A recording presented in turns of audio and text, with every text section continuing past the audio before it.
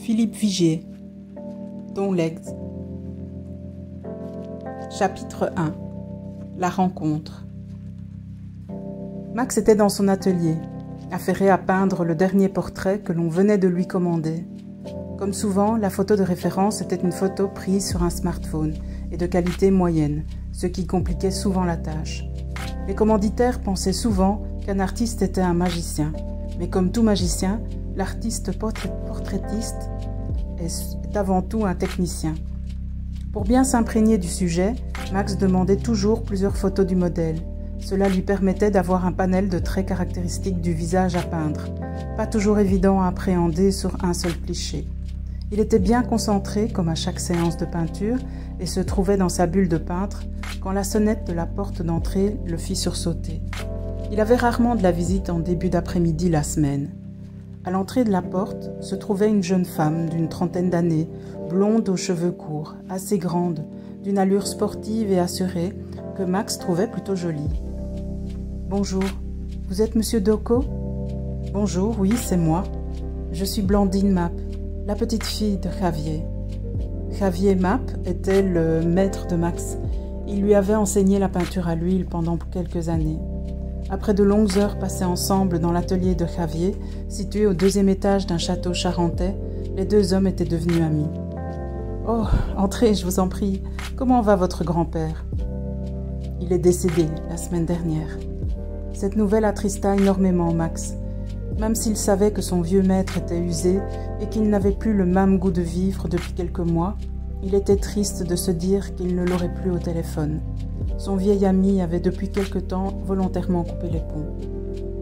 Javier ne voulait pas que Max le voie ainsi, diminué.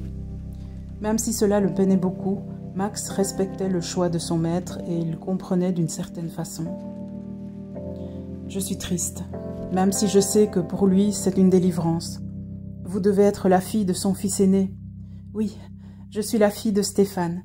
Je sors de chez le notaire où mon grand-père m'avait adressé une lettre contenant une énigme et la mention écrite « Contacte mon ami Max Docco, il t'aidera dans ta quête. » Je suis flattée de la confiance que Javier avait en moi.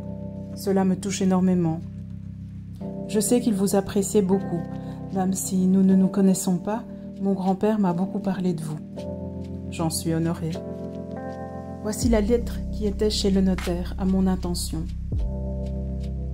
Ma chère Blandine, si tu lis cette lettre, c'est que je suis partie rejoindre mon épouse et tous mes vieux amis artistes.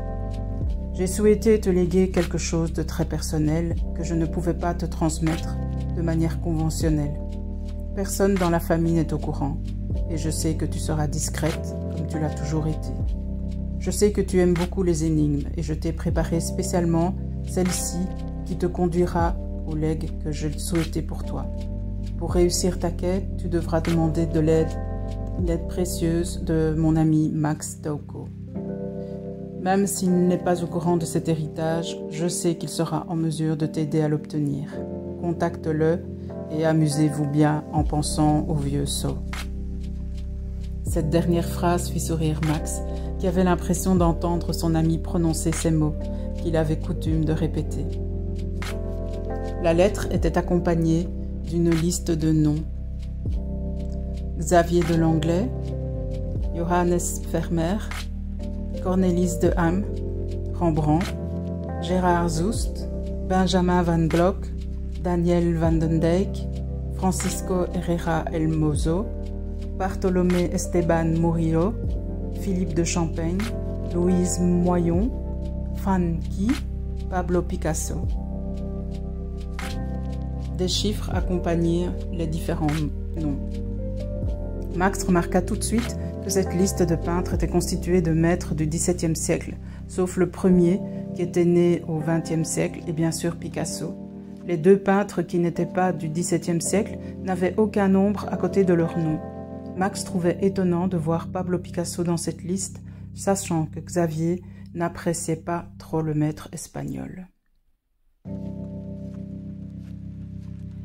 Merci à Philippe Vigier pour son livre « Ton legs », dont j'ai découvert quelques chapitres pour faire cette vidéo. N'hésitez pas à mettre un pouce à cette vidéo et à vous abonner à la chaîne. Vous pouvez aussi brancher les notifications pour ne rien manquer.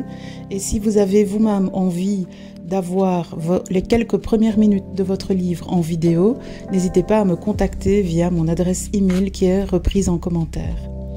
En tout cas, une très bonne journée et à bientôt pour d'autres aventures.